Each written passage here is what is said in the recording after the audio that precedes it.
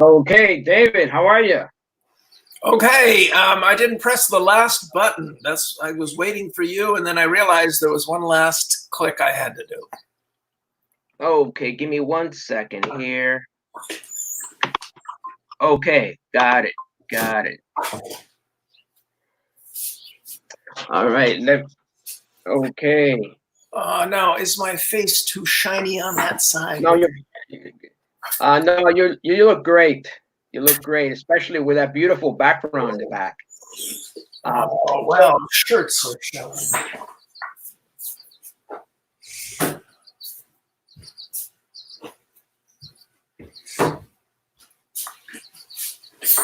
All right, David, thanks for joining us. For those who haven't, who are just joining us, this is PKD Talks, and today we have a very special guest, David Brin.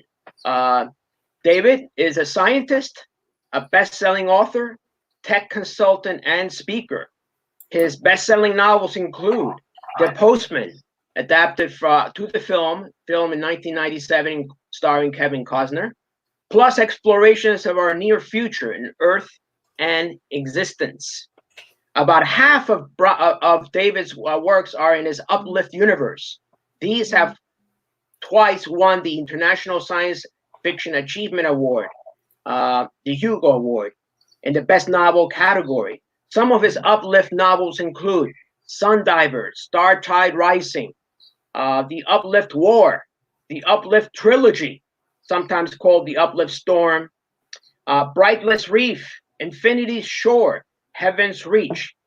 David also won the Locarno, Campbell, and Nebula Awards for other novels. His novels have been translated in over 25 languages. His short stories explore vividly speculative ideas. David's nonfiction book, The Transparent Society, won the American Library Association Freedom of Speech Award for exploring 21st century's concerns about security, secrecy, accountability, and privacy. As a scientist, tech consultant, and world-known author, he speaks, advises, and writes widely on topics from national defense and homeland security to astronomy and space exploration, SETI, nanotechnology, future prediction, creativity, and philanthropy.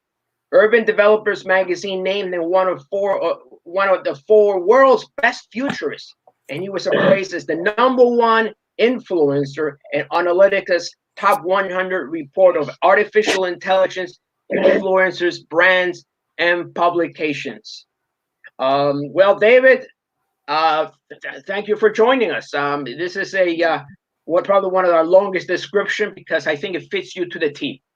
Well, thank you. I've certainly had an interesting life. I was trained as an astrophysicist. I still consult with NASA's Innovative and Advanced Concepts program. I'm on their board of their council of who advises the different young groups that are doing grants that are just this side of science fiction, just barely plausible things that NASA gives little seed grants to, and 10 or 20% of them actually pay off, which is a hugely good ratio. If it were any better, we wouldn't be daring enough.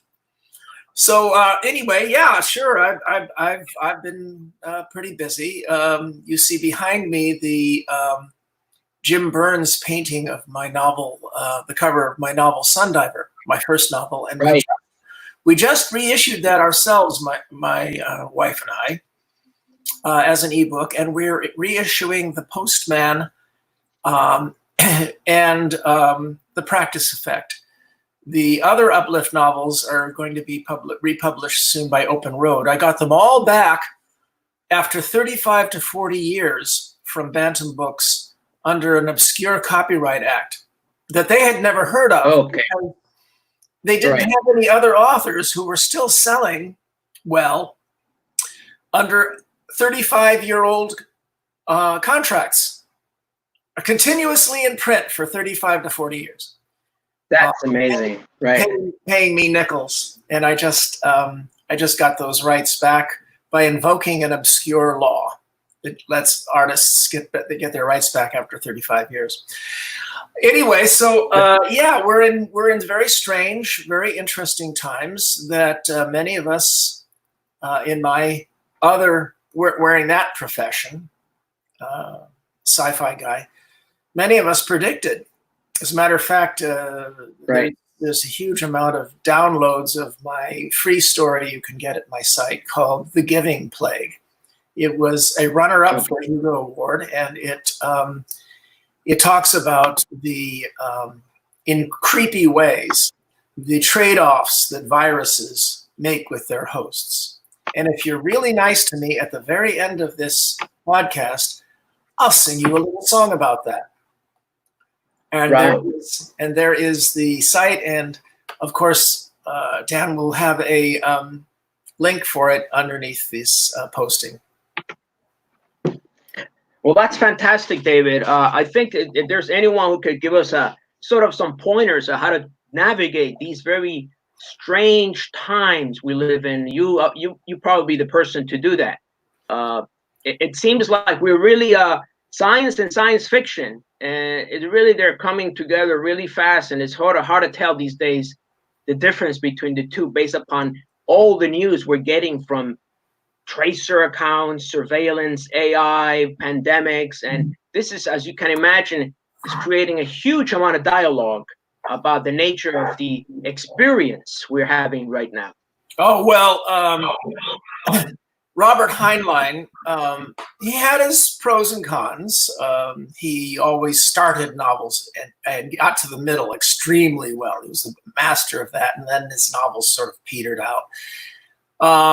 But it's the opposite of me. I often have trouble getting my novels going, and that's why I rewrite the beginnings over and over and over again so that they'll punch. But at the end, when I'm writing a novel, the endings always gel really well. He had some predictions about this era. For instance, in this decade, he predicted that a fundamentalist preacher might be elected president of the United States by the Electoral College, having lost the popular vote. Wow.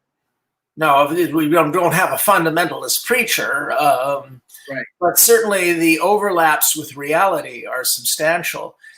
And he has an amazing paragraph, which I might read for your listeners toward the end, predicting a lot of this stuff. And it brings up the issue of, are we living in a simulation? I mean, how probable is what we now see, that the American peace, the Pax Americana, should end not in a nuclear war or attack or anything like that, but with a fizzle of demolished self-confidence in which we spurn both science and our alliances, the alliances that brought this 70-year peace to the world. A very flawed peace, a very flawed empire, except when you compare both to the entire sum of human history.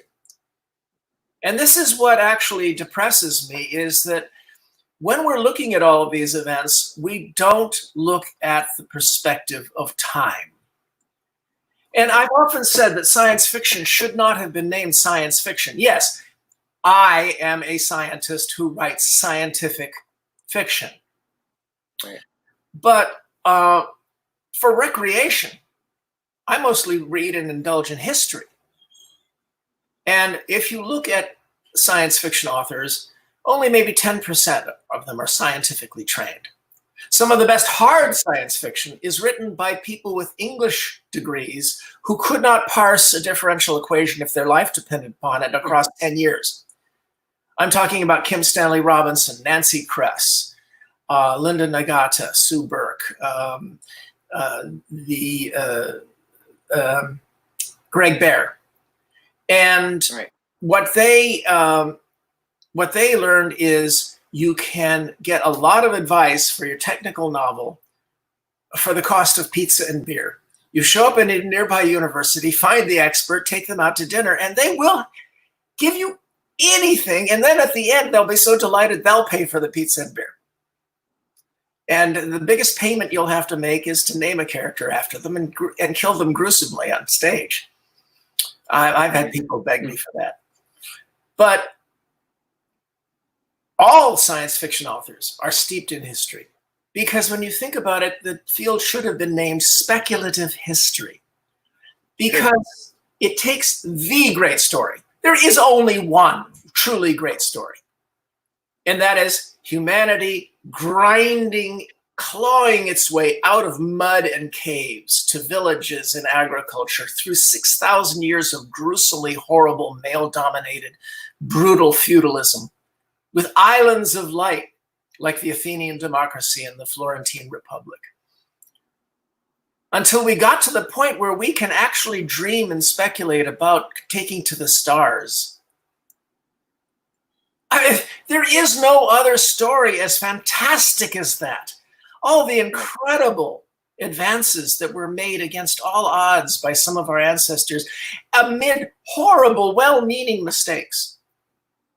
3 steps forward, 4 steps back, 2 to the side. Science fiction is the literature that deals with change, that change is possible, that it happens. And that is where science fiction diverged from the mother genre, which is fantasy. Right. And that goes back to Gilgamesh, the Iliad, the Odyssey, Achilles, demigod heroes, feudalism forever, though you can have your story be about toppling the cruel king and replacing him with a good king like Game of Thrones. Science fiction diverges from the mother genre of fantasy, not so much in the furniture, not so much in the use of technical stuff. You can have technological fantasy and you can have science fiction that's in a feudal realm, like Anne McCaffrey's Wonderful Dragon series. Oh, the thing that would make her most angry if you called her a fantasy writer. She would retort, I am a science fiction author.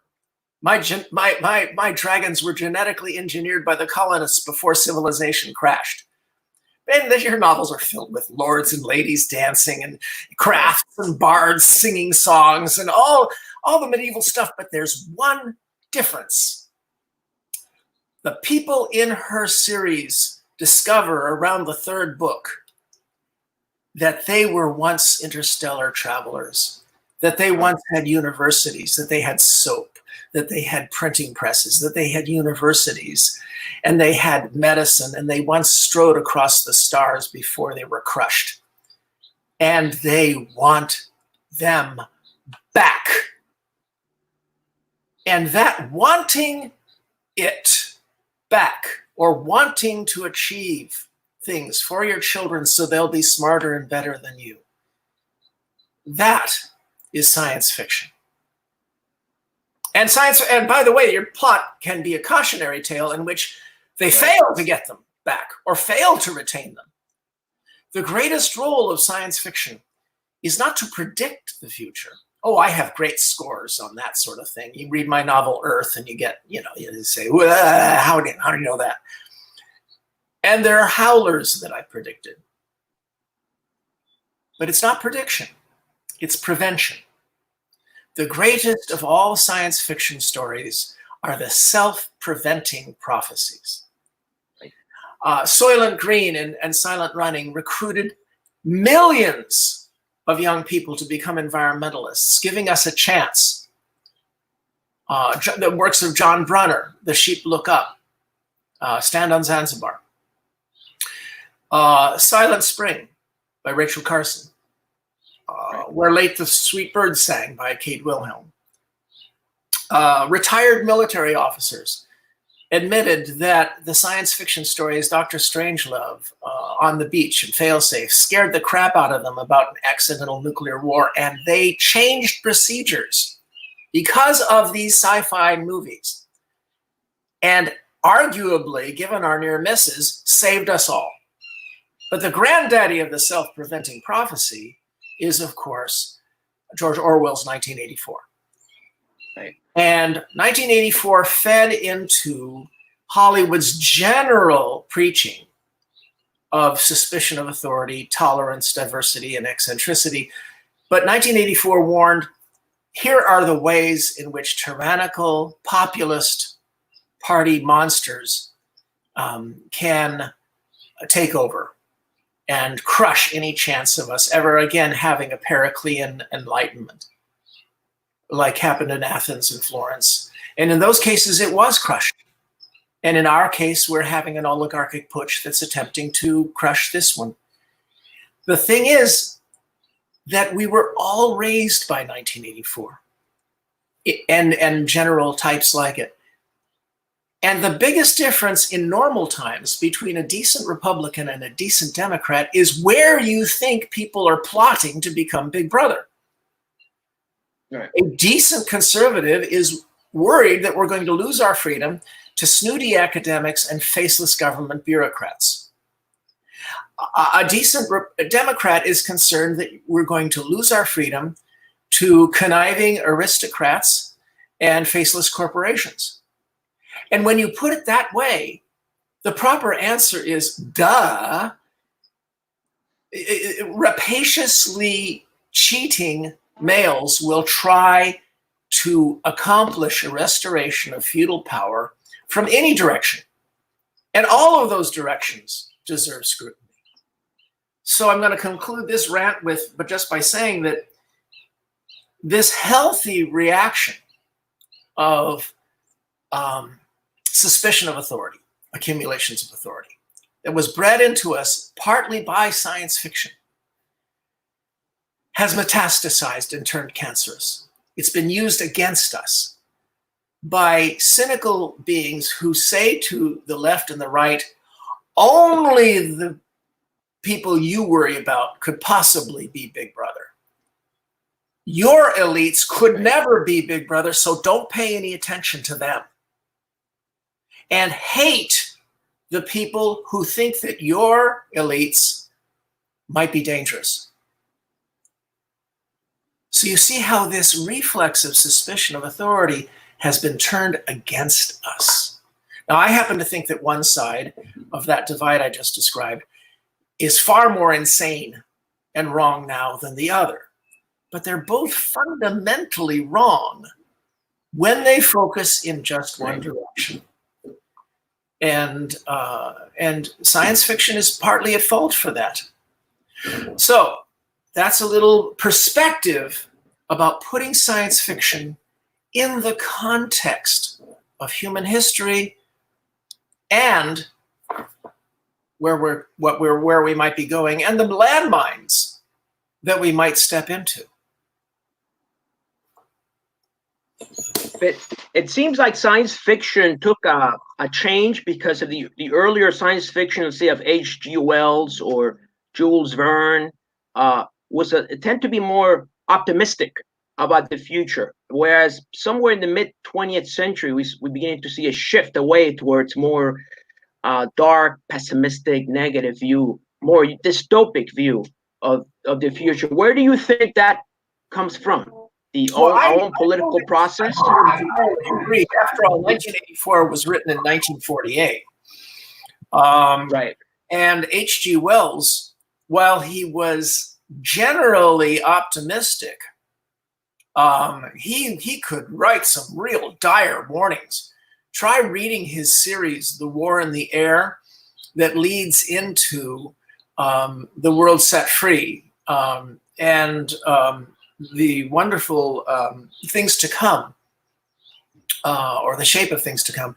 It was turned into a fantastic science fiction movie in the 1930s called Things to Come. Really an amazing thing that folks ought to rent. There's no question there was dystopic warning before. Now, there was a certain ebullience in the 50s. We used, man will conquer, man will expand and conquer. Well, there's plenty to object to in the non-politically correct ways in which that was expressed. And I share your general perspective that we are too gloomy. People have said that my novel, The Postman, which Kevin Costner filmed in 1998, and if you like, I can talk about what I think of the movie. Believe me, worse things have happened. I mean, he captured the heart message of my book, even if he scooped out and threw away all the brains. People have called it ebullient and optimistic, when it's set in a world in which 1% of the people survived a horrible collapse of civilization, and feudalism is threatening to anchor itself in permanently with a new lordly class of selfish preppers.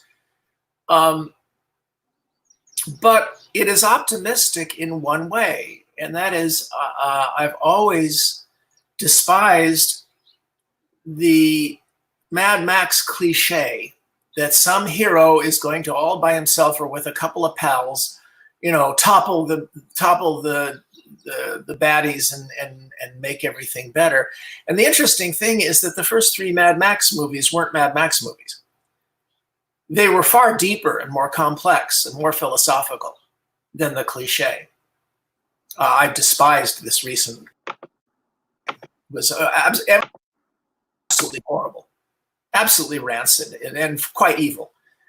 But then again, I'm an impudent SOB, and I have a book called Star Wars on Trial, in which I'm the prosecuting attorney, and I lead a whole bunch, a dozen professors and others and commentators and fans pillorying Star Wars. And then one of his novelizers, Matthew Woodring Stover, is the defense attorney, and he calls counter witnesses in Star Wars defense. It's one of the funnest books I was ever involved in. Snapping suspenders into courtroom scenes and things like that. Loads of fun. But no, I think that it's terribly important. The point that I was making in The Postman is the hero can make a big difference, but the hero can't save civilization. So the hero's job is to remind the survivors or remind citizens today that they were once mighty beings called citizens, and that it's only citizenship that can maintain one of these enlightenments.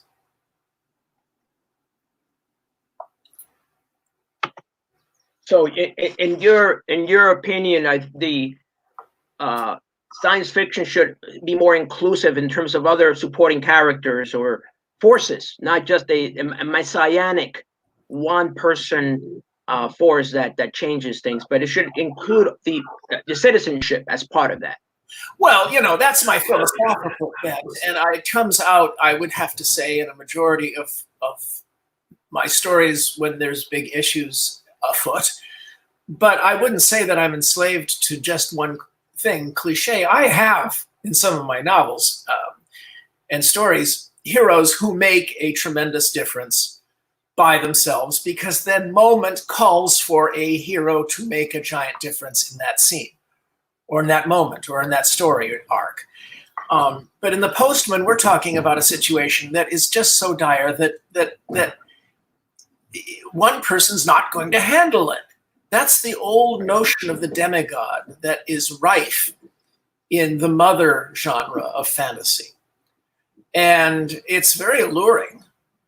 You have Aragorn and Gandalf and a couple of hobbits, and voila, they throw some magic dingus and everything's great. Well, that's not what happened as we climbed out of darkness and out of the mud. And this is the fundamental difference between Star Wars and Star Trek. Now, there are so many differences, and they really are fundamental, like pride and craft. I mean, there's absolutely no pride of plotting or historiography in Star Wars. It's just a jumbled mess. I mean, remember the Trade Federation? Right. What? The clone army that Yoda orders up, and then when he takes delivery, just after ordering all the Jedi into a suicide charge, so they'll mostly die, and he takes delivery of his replacement army, and none of the fans say, maybe the guys who built the clone army were telling the truth when they say Yoda paid us. Right. This greatest act of treachery and betrayal in the history of storytelling, and nobody notices, and they still consider this little green oven mitt, nasty little green oven mitt, to be a font of wisdom. I've had people, Star Wars fans, just stagger, when I ask them, name one thing that the little green oven mitt ever says that's actually wise. Right. One ever. Well, that's a bit of a rant. I hope it was entertaining. Brought to you by. Well, sure. But here's the archetypal difference between Star Wars and Star Trek. The archetype ship in Star Wars is a little snub fighter plane. Right. It's the Knight's Charger. It's the old story from Ivanhoe and Achilles and all the old romantic notions that the demigod is what counts, is who counts. And there's room aboard this little X-Wing fighter for a droid, just as the knight goes into battle with the squire, or the World War I fighter plane upon which it's all based, banking against non-existent air, has a gunner in the back seat. Okay? This is an archetype that's fundamental. It's the knight with the silk scarf or the helmet who matters. And forget all of the foot soldiers. Your job, if you're a normal human in the Star Wars universe, is to choose which set of demigods you will die for. And that's exactly the way it was for the peasants throughout human history. You had that one choice. You could help the descendants of the ancient kings like Aragorn, or you could help Sauron, who's liberating all the serfs. That's another story. There's no room aboard that little ship to carry the ethos of the Republic. And that's why in Star Wars, the Republic never does anything. It never does anything. I'm not talking about it never does mistakes. It never does anything at all. Right. And J.J. Abrams was an improvement because he got rid of Yoda's moralizings, the evil things that we were preached by George Lucas. Getting angry at evil will turn you into a Nazi. My father fought against Nazis. He was angry at them. It did not make him a Nazi. Right. The thing about the Republic is when J.J. Abrams uses a super Death Star, sends out a ray, and in 30 seconds destroys the entire Republic. In the greatest act of mass murder in the history of all cinema. And it's just, and the reason for it? Simple. He didn't want our heroes to get assistance. So they had to be beleaguered and overcome terrible odds. Well, there are ways to do that. You have to do that in fiction. You have to separate your heroes from meaningful aid. I get that. I have an essay on it. If people look up my name and the idiot plot, they'll find this essay in which I explain why film directors and authors have to separate their protagonists from meaningful aid that would spoil the plot. But if you do it cleverly, then it's a really good piece of writing. Right. If you just have the routine, they're jamming the phones or the cops are all corrupt, then you are conveying a poison that has helped to bring us to our present political crises. And that poison is no institution can ever function. Don't bother calling 911 because they won't answer, or they'll be late, or they'll be incompetent, or if they show up on time and they're competent, then they're in cahoots with the bad guy, with the villain. Right. Cliche, cliche, cliche. But there are good stories that separate the hero from, and in meaningful ways, and I appreciate that because I do that. Right. I have to. In Star Trek, the ship is not an Air Force fighter plane. It's a naval vessel based upon the old HMS Beagle, the old Captain Cook's exploration vessels. Sometimes it's a diplomatic mission. Sometimes it has to fight in a war. Sometimes it's scientific. It can vary. But the thing is, the captain is no demigod. The captain is not a god. She is merely way, way, way above average. And so she needs the help, the technical skill, the courage of a crew filled with above average people. Right. And it's teamwork. And the ship is all about that. The plots are about the teamwork, but here's an added feature. The ship is big enough to carry the Federation along. Notice in almost 50% of Star Trek episodes, the Federation and its rules and its mistakes and its glorious improvements over the 21st century, these are topics in every episode. The Federation is doing stuff. A lot of the stuff it's doing is via the Enterprise or the Vanguard or whatever the ship is. And so you argue, is this a good thing? Is this a bad thing? It's a topic. In Star Wars, the Republic is never a topic. And I think that little rant, well, you can find out more in Star Wars on Trial. Or I have some essays online. If you Google that, you'll get it for free. Part of it, maybe 1% of what's in Star Wars on Trial. How'd you like that for a rant? Well, it's very nice. In fact, you made some real distinctions, which I guess I've always been more of a Trekkie, sort of like, I liked Star Wars, but I never felt that kind of kingship. So the Star Trek, especially the original plus Picard, next, I think they really were, in my book, on the ball. Yes, I mean, I'm glad you brought that up because I think that it is a message that I think people should be aware of, that a lot of the sci-fi tends to center too much around one or two characters that will save the world, whereas you're suggesting that it's more realistically, should be more of an environment, a support group, kind of we're in it together. Well, I think that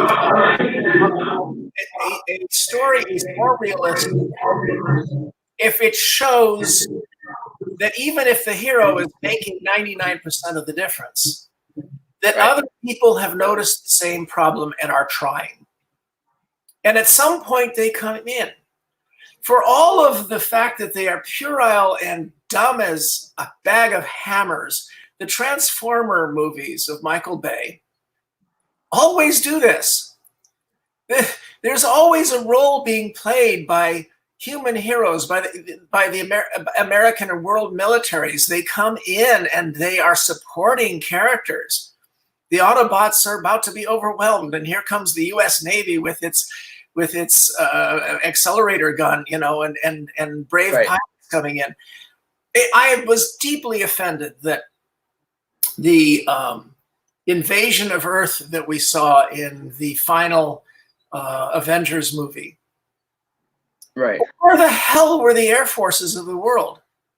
No, they disappeared. Wakanda comes in through their transporter things and provides a lot of the foot soldiers and all. All you had to do was, instead of having what's-his-face Thanos have one giant ship, have two more show up and they're about to surround the Avengers and the Wakandans, and all of a sudden, on one side comes in the US, NATO, and on the other side comes in the Chinese. It would have sold better in China. It sure would. And it would have changed the plot not at all. You would have had just maybe 2 minutes of extra footage of things blowing up and heroic action off in the periphery, where the regular humanity is guarding the flanks of the heroes who still do every single thing that is in the current movie, including I Am Iron Man. Right. Here's another example. The man who cannot be mentioned, Voldy, is coming in with the Death Eaters to rip the heart out of magical Britain at Hogwarts. And the stone robots come out there and are defeated. And Voldy comes up and says, "Ha ha ha! I got you now, babies. You know, who's going to save you now?" And I would have loved it if just one little girl would step forward. And this would have cost 5 minutes. This wouldn't just been 30 seconds of footage. You would have needed it 5 minutes. One little girl would come up and say, "Our parents." And there, over the hill, come the parents of these kids. Where the hell were they? Plus, some decent, brave, magical people from magical Britain. Because otherwise, what you're seeing is a bad gene. This magical gene is clearly really, really bad because it creates people who can wave their hands, make things happen, and are absolute wusses. Because none of them come to the aid of their children. And of course, then what you have is a big fight, and the parents are kept back by the Death Eaters. And you can have the rest of the ending exactly the way it was. Yeah. This is the sort of thing that drives me nuts, because like Paul Anderson, I'm a story fetishist. The story arc is kind of sacred to me. This is why when I teach writing, I urge my students, no matter what genre you want to write in, your first completed work, your first novel, should be a murder mystery. Because only in a murder mystery are you forced to exercise plot discipline. You have to thread your clues throughout, with a number of mini climaxes along the way and false leads and red herrings.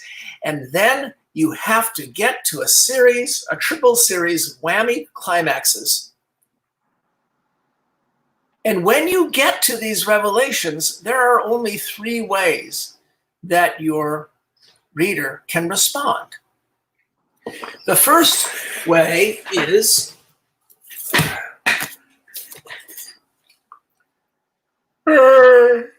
of course. I saw that a mile away. You didn't foreshadow properly. You were supposed to have red herrings that were just appropriate to keep them from being obvious. The second way that a reader can respond when they get to is, huh? In other words, you pulled it out of nowhere. It wasn't properly foreshadowed. It didn't make sense. There is a third way your reader can respond when you get to your climaxes. And I'm pleased to say everybody says that I did that in my first work, which was Sundiver, which was a murder mystery. The first victim is dumped into the sun, so it's a little hard to do CSI. Anyway, the third reaction you can have when you find out who done it is a horrified realization, of course! I was so stupid. It was all there all along. If I had paused and thought about it, I would have got it. If I had 2 more IQ points, I would have got it. In other words, you're a masochist if you're a murder mystery reader, and you're a sadist if you're a murder mystery writer. It's that transformation you have to get. And if you can do that, your reader will experience the self-loathing, the orgiastic self-loathing of realizing that you got them. They'll tear the book in half, throw it out the window, and dive after it. And if you can do that, if you can keep them riveted so they forget to feed the cat, so they forget to do their homework, so they forget to do that report for work, so they get in trouble with their spouse for neglecting them, so they don't forget to feed their kids, then you will have been the troublemaker whose next book they will buy. And that's my advice for the would-be writers out there. Now, I kind of recall when I... Go ahead, please. Yes, Agatha Christie, yeah. which a lot of people don't even mention. She was an expert at that. I mean, she really, I really liked her work. All there. Whereas in Scooby-Doo, Scooby-Doo's the opposite. you know exactly. They will pull the vampire mask over Mr. Schultz, the caretaker. It's going to happen.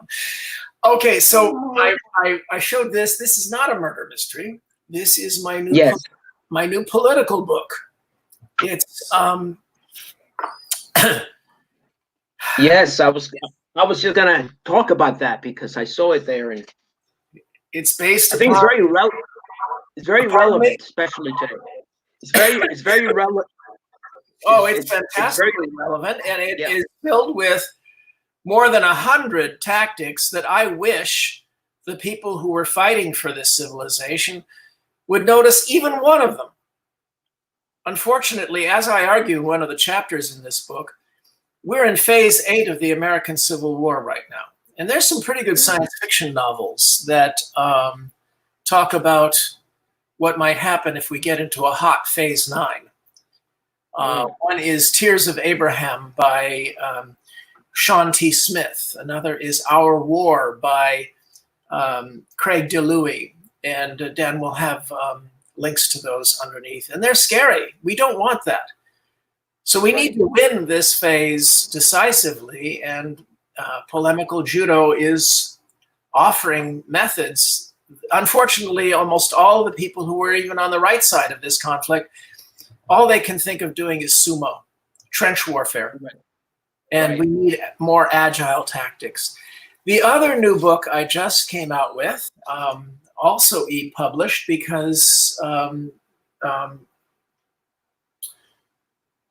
most science fiction publishers are terrified of comedy. And I tried my hand at comedy, guys. Yeah, you notice he doesn't even have one shoe on. Yes. It's either very funny or you'll want to kill me. In fact, you'll probably want to kill me when you read the puns, even if you enjoy them. But I think you'll have a lot of fun with the ancient ones. But that's my opinion. And comedy is idiosyncratic, shall we say? So David, what would you? There's been a lot of background talk about should we enter a deep depression? There would be more surveillance, more AI, more automation. What are your thoughts on that? That what might transpire? Well, this book is more than 20 years old. It won the Freedom of Speech Award of the American Library Association. And people have urged me to come out with a new edition, and I answer that I don't have the self-duplicating machine that I wrote about in my novel Killing People, which Dan will also link to. That machine would enable me to take on all my projects, and you'd love to have it too. What can I say? It was a wish fantasy. But in the Transparent Society, I talked about things that I saw coming, and I also talk about them the same things to some degree in my novel Earth. And alas, a lot of them are coming true. The surveillance state, the wonderful TV series, The Way Too Dark, or too relentlessly dark, Black Mirror, had its most famous episode was called Downfall, about social credit, how we may become slaves to the ratings that we give each other on our cell phones. If we give each other 5 stars or 4.5 stars, as in Uber drives, those social credits might start to enslave us and make us conformist. And that is exactly what's happening in China. The Chinese Politburo has instituted this massively across 1.5 billion people, with the intent that they'll make each other conformist simply by giving each other these, and you won't have to have a physically brutal police state, because everybody will become conformist simply because they're keeping an eye on each other. This is the dark version of what I call the transparent society. If you have a transparent society, the first layer of fear is that it will be the way Orwell portrays his telescreen in 1984, and that is, you're being surveilled at all times. There's no looking back at power, and the state or the party can crush any resistance. The answer to this is not to hide from light. Many of my friends at the Electronic Frontier Foundation and the ACLU, and mind you, I think you all should join. Pay your annual dues to the EFF and ACLU. They're fighting for it. But often they make the mistake of thinking that we can hide from light. So they try to fight against face recognition, for example. Well, the only thing that's ever been effective against face recognition has been COVID-19. Right. Because we're wearing these masks. And I recommend that folks, if they want a really good mask for going out into the world, look at my latest YouTube posting, which will also be linked here.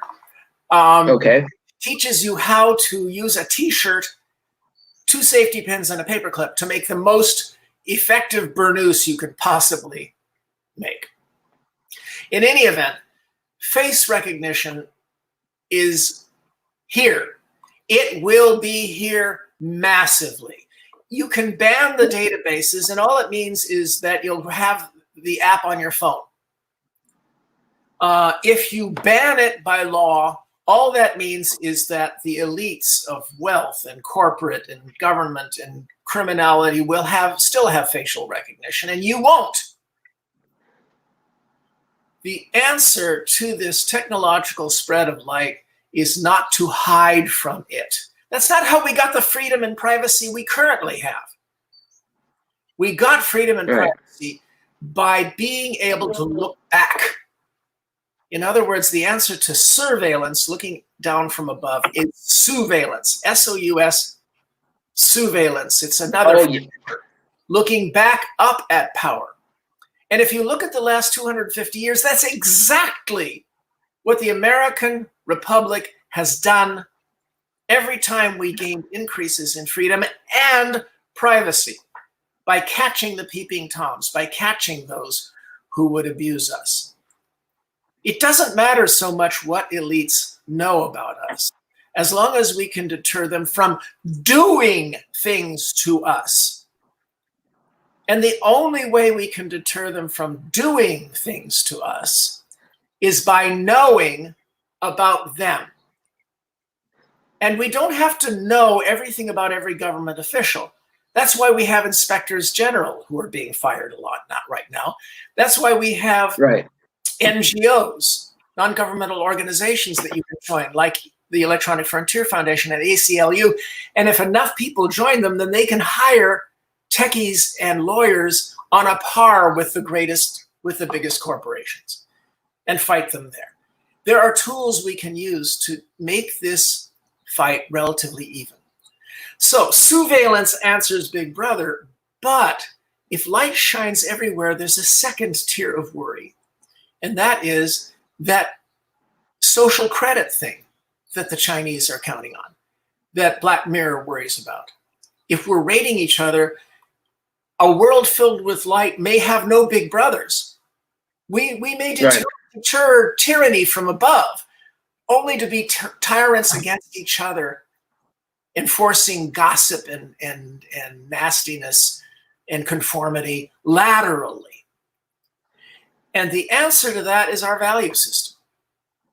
And our value system is that that's bad. That's what the viewer of this video right now is thinking. I don't want that. I don't want social credit to crush me and make me conformist. Right. You don't want that.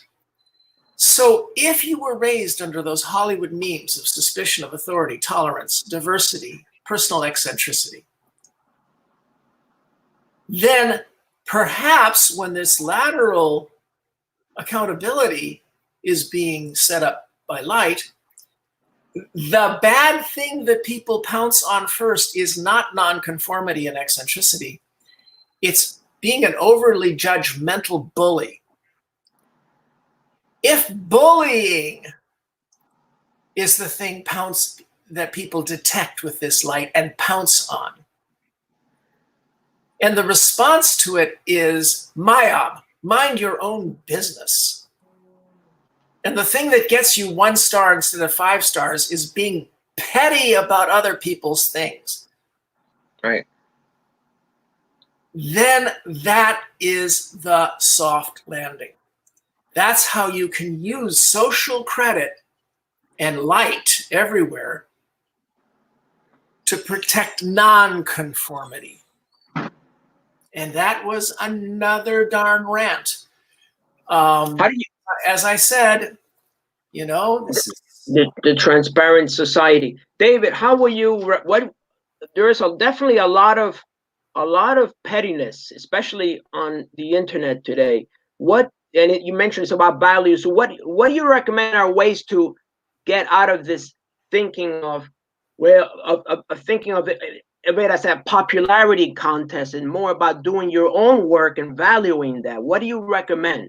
Well, we have to defeat the war on smart people.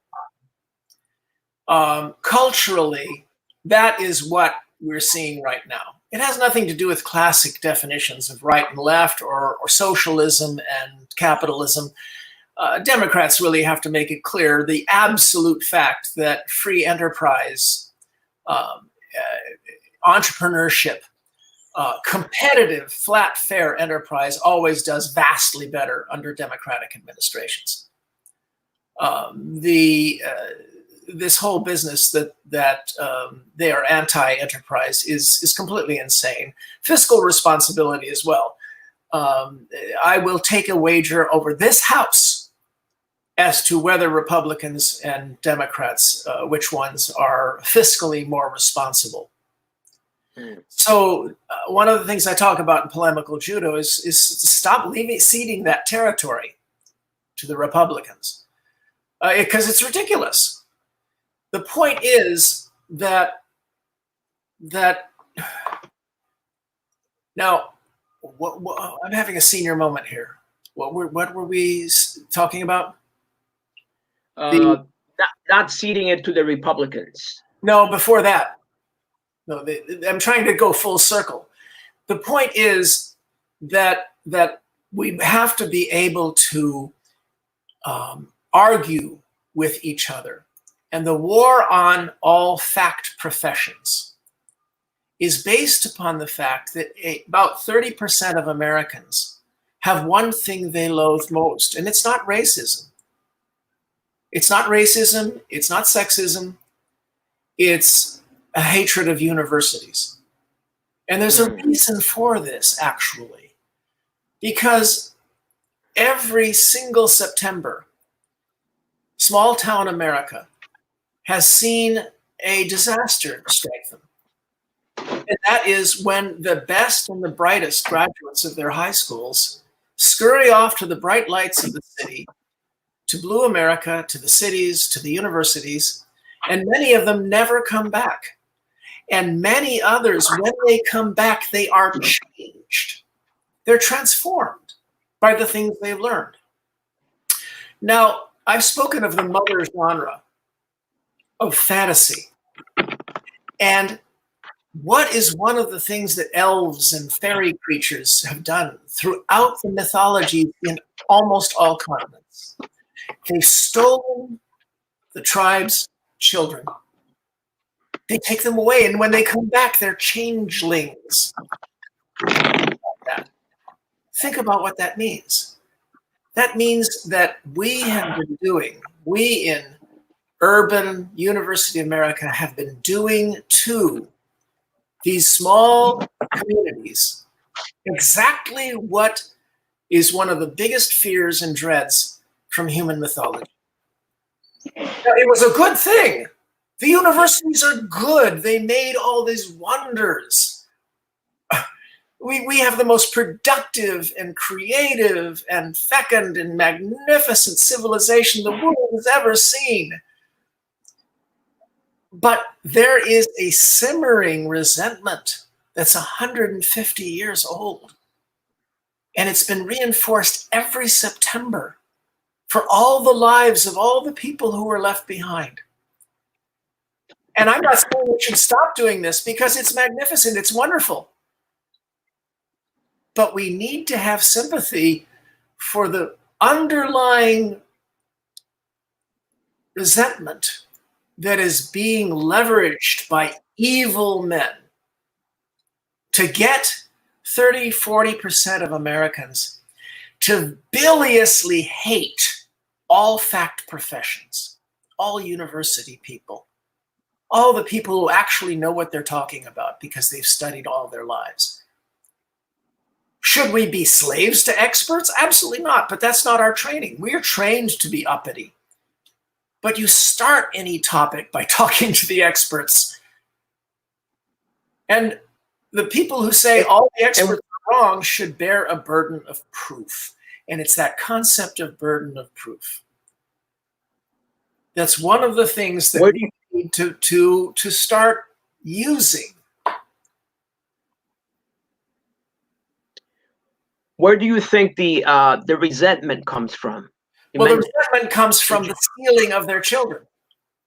We steal the universities and the bright lights in the cities steal the children away, the best and brightest of the children. Remember, in these small towns, the high school is the center of all life. Everybody shows up Friday for the football games. They all see each other. All they talk about in the barbershop and the beauty salon is the high school stars, the athletes who then have scholarships and leave, and the academics and the stars of the school play. They go away. They're taken away by us, and that's. How can that be anything other than something to cause resentment, especially when it feeds into a mythology that's 6,000 years old, 20,000 years old, probably. But just because we get sympathy for this, that doesn't mean that we have to put up with something that will kill us all. And that's a fixation on idiocracy. The notion that there's something so much more wise and genuine about not knowing anything. Now, it's all based upon something that's true. And that's what most of these mythologies do. They're based on something true, and then they warp it. Like suspicion of authority is true, and then you warp it to say only hate the authorities in this direction. Pay no attention to these guys who are puppeting you. Another of these is just because you know a lot and are really smart, that doesn't make you wise. And that is true. We all know it's true. The wise people know it's true. Even the smarty pants unwise people know it's true. Just because you know a lot and are really smart, that doesn't automatically make you wise. But what has happened is that's been twisted by propaganda and extrapolated into something else that's never said specifically and loud, but I'm about to say it. When you know a lot and are smart, that automatically makes you unwise. Mm. And that is the message that if you hear it said that way, explicitly, you know it's absolute bull. It's absolutely ridiculous. If you know a lot and you're smart, odds are you are incrementally more wise. It's not guaranteed. And you'll probably be unwise about something. And that's why science is the most competitive field. Scientists are the most competitive humans our species ever made, because they can find each other's mistakes and lack of wisdom. But to twist that into, because you know a lot and are smart, that makes you unwise. But you never say that. They never say that. They just imply it, imply it, imply it, imply it. Right. And it is absolutely freaking insane. Yes, experts can be wrong. But when all the experts who have studied a field all their lives agree upon something, that's your baseline. And then pay attention to the dissidents. Sure. Give the dissidents some money to investigate. That's our system. That's science. But they bear the burden of proof. Right. Climate change. It sort of brings me to this idea of a convergence of evidence, which I think that's it. It summarizes the attitude I believe that a lot of people should have when many of the experts agree on this same position. It's a convergence of various of the evidence. Well, what happens is you get a model of the world. This model of the world works. It's better than it was before. The model of the world. It was better than anything they had before. Galileo had a better model. But Einstein came along. Did he prove Newton wrong? No, he didn't prove Newton wrong. He proved that Newton's model was a crude version of a larger model of the world. Now, scientists interact with each other and they compete with each other to keep improving the model. And the result has been that a fantastic miracle that no one ever talks about, and that's meteorology. When I was a kid, you couldn't rely on the 2-hour weather report. You couldn't rely on that. Today, people plan their vacations and what to pack, or they did, based upon a 10-day forecast. That's a hell of a lot better than nothing. Gives you a really good general idea of what things are going to be like. And the forecast for the next 24 hours is down to what's going to happen in each hour. And you can't have a clue about how complex the climate and the weather are to realize how fantastic those models are, how utterly fantastically competent the meteorologists are. And then you're able to say that the climate meteorologists, who are using the same models but parsed over longer time periods, and some of them are the same people, they are somehow stupid. Yeah, climate is more difficult. And yeah, there's a lot of quibbling and arguing around the peripheries of these models. But evil men are using that quibbling and argument to say there's uncertainty over the thing that they all agree about. And the one thing you'll never hear on Fox News is 2 words: ocean acidification. Because they right. Commercial if those words ever come out, because there's absolutely no rebuttal to it. The oceans are turning more acid, and there is only one possible explanation. Anyway, did I promise you a song? Yes, you did. I think I did, but let's get to the COVID thing. About 2 months ago, I predicted several things that came true. One was that cities all across America would use the opportunity to fix potholes because it's a way to keep people employed while keeping them outdoors and distance from each other, and the streets are almost empty. And I don't know about you, but I am seeing road work everywhere. You know, the potholes are all getting filled. I called it the pothole proposal. And I doubt very many of these cases were because I was the first to talk about it. But I was, to the best of my knowledge. There are all sorts of aspects to this, some that actually I find rather scary. The long period of more than a week in which a person can be contagious, deeply contagious, without having any symptoms. The large number who are asymptomatic, but we're later finding out had nerve or kidney damage. That's terrifying to me. At the beginning of all this, it looked as if it was a form of pneumonia. It was a very bad flu. And people were dying, but you know, Fox News reporters would say, you know, people are mostly old anyway, old and sick anyway. Right. Let's have some guts, and because we'll, you know, and to be honest, they have a point. I mean, after all, you know, people have endured pandemics before, and they have culled the herd. I don't like that at all. But if that's all there was, and the young people could shrug it off like a flu, then perhaps we should just persevere. But we don't yet understand this peripheral damage that these things are doing to other organ systems in young people. Now, we would understand it by now if we had had testing. Right. We had had super degrees of testing.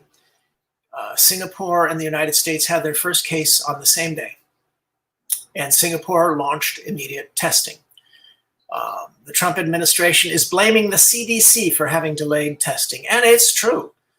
But after 3.5 years of being in charge, where does the buck stop when your agency does so badly? You don't blame an agency and say that lets the executive off scot-free.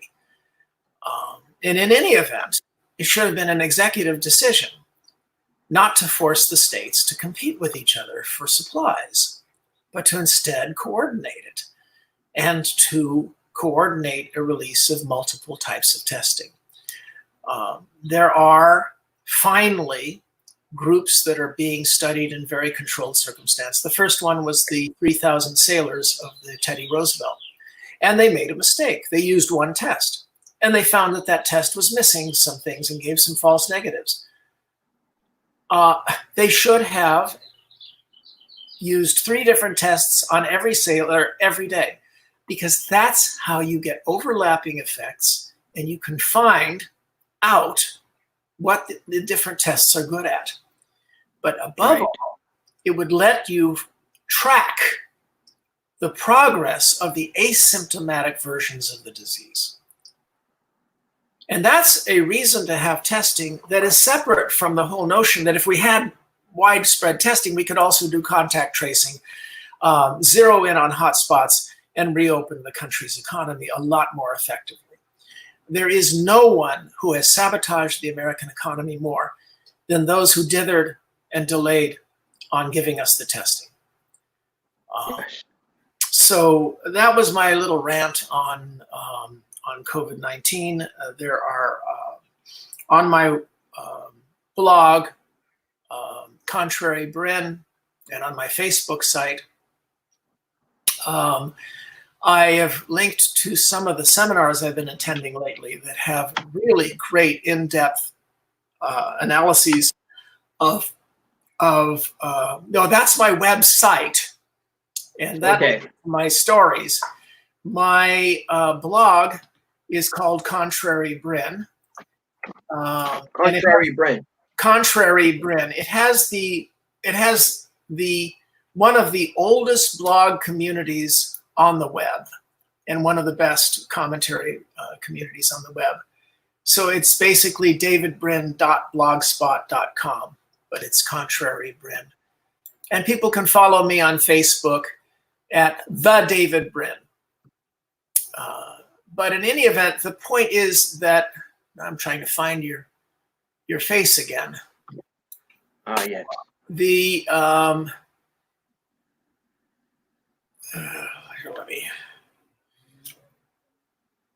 where'd you go? I'm here. Yes, I know you are, but I'm trying to Really? trying to find. Oh, StreamYard. There you are. I got you back. Yeah. In any event, I cite in my most recent Facebook postings some of these free seminars that you can run in background while doing some work, and you'd learn an awful lot about infectious diseases. Among the scariest things I've learned recently is about antibody-based acceleration or enhancement of a virus. It's absolutely amazing. You can develop antibodies to one substrain of a virus, and now you're clear of that virus. And then another substrain comes in. Sometimes they use the antibodies that are in your system that latch onto this guy but don't kill it.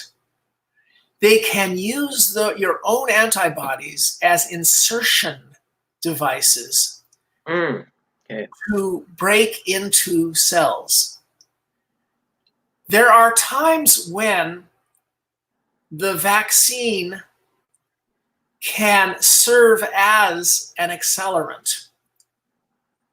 And that's one reason why it's hard to just plain throw vaccines out there when in the lab they have actually made antibodies against this virus. Right. Because if you don't do your trials, you could put out and this happened with dengue fever.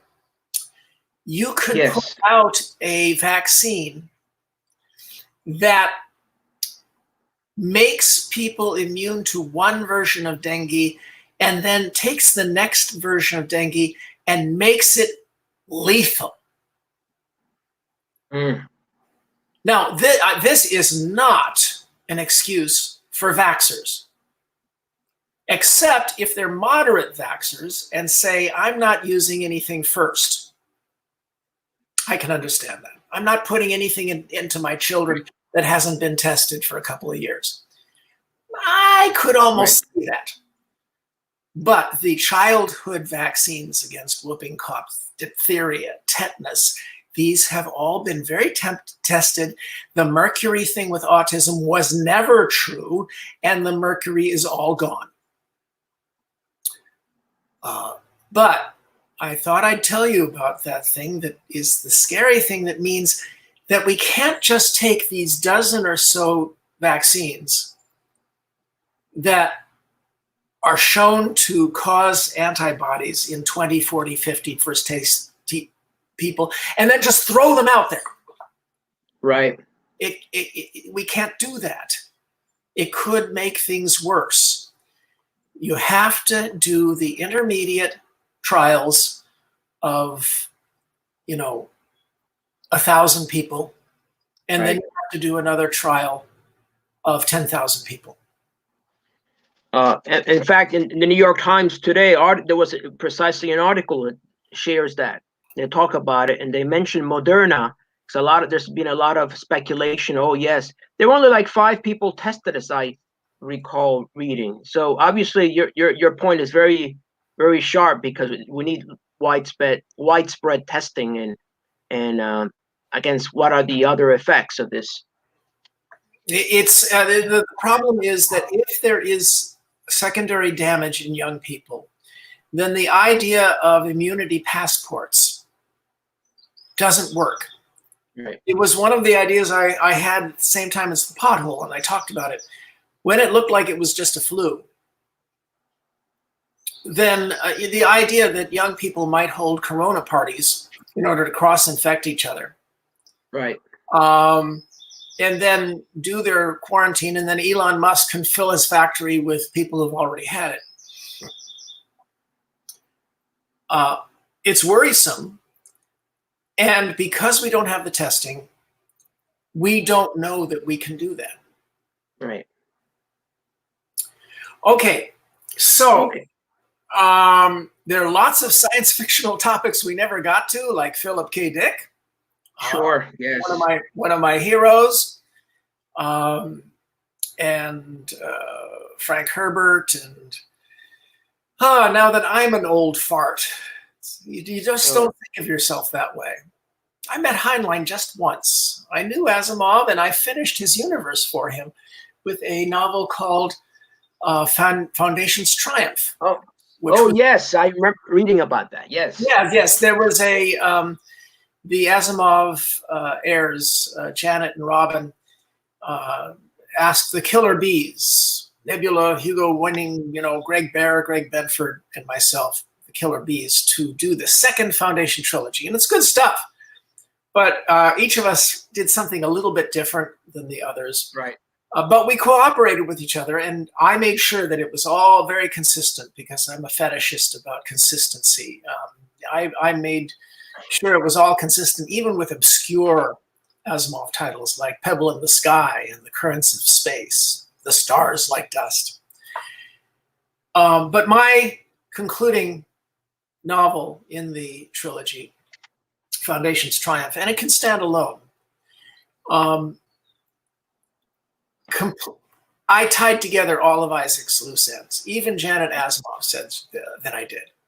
She said it was her favorite non-Isaac book.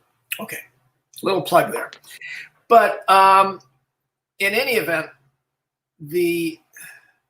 why did I start talking about the Foundation? We were talking about. I knew Asimov.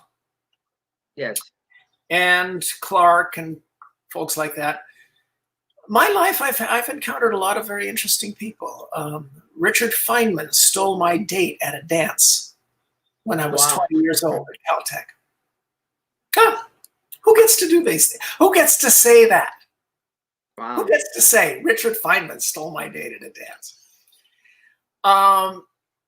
So in any event, let me just offer up something that will offer some solace. Now, I've linked to my short story, The Giving Plague. By the way, you can go to the websites for The Ancient Ones and Polemical Judo, and you can sample chapters, by the way, so you can decide whether or not you want to buy them. Just go to those websites, download the first 3 chapters of one, decide if it's funny, and well, I hope you don't decide the political book is funny. Anyway, The Giving Plague was kind of chilling about viruses and all that. But I'm gonna do a little song for you that I first heard in 1979. In fact, the only time I ever heard it was 1979. Okay. In a late December 1979, in a radio show on NPR called Unpacking the 80s. In other words, it was looking at the 1980s as the future. Okay. And having some half an hour of comedic and musical riffs about what the 1980s would be like. It was absolutely wonderful. And I have used every search tool I could find to try to find this show and give full credit to the writer of this show, whose name was Jesse something or other. And I've not been able to do it. I'm sure that one of your listeners will be able to track it down, and then I'll be able to give the guy credit. But it's so struck me that part of just hearing it once, part of it went into my memory. And there was one scene set in 1987 when a terrible flu virus is racking everybody. And it's set in a lounge where a lounge singer is singing to all the people who are coughing in the lounge. And he's singing a song called It's a Virus. And I got to find, where are the lyrics? Now, half of these lyrics are from that show, and half I made up myself to fill it in. Okay? It's a virus. La, la, la, la. Back in the Pleistocene, when we were still marine, a virus launched a quest to be the perfect guest and rearranged our genes. So to this very day, whether you grok or pray, all of your inheritors count on those visitors and what they made you pay. It's a virus, it inspired us to rise above the mud. It's a virus, it's desirous of your very flesh and blood. Now I know your body's burning, but don't give up the ghost. Tiny viruses are turning you into the perfect host. Though you may curse microbes who make you blow your nose, evolution bends to what a virus sends, making us recompose. Though when you least expect, you may be struck down next. Thank the virus, he put us in misery, but then he gave us sex. It's a virus, it inspired us to rise above the mud. It's a virus, it's desirous of your very flesh and blood. Now I know your body's burning, but don't give up the ghost. Tiny viruses are turning you into the perfect host. Now, beat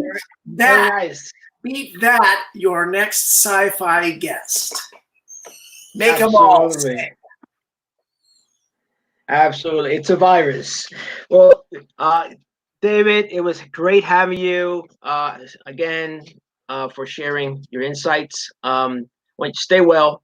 Well, I'm sure that there's a silver lining somewhere in all of this. Yeah. We're going to be the ones to get out into the galaxy and beat the Fermi paradox. Absolutely. We're going to rescue all the other races who fall into the traps.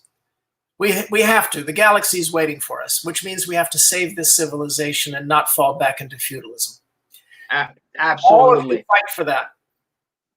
Let's all enjoy. Again, enjoy. Thanks a lot, and stay well. Until the next one. Bye-bye.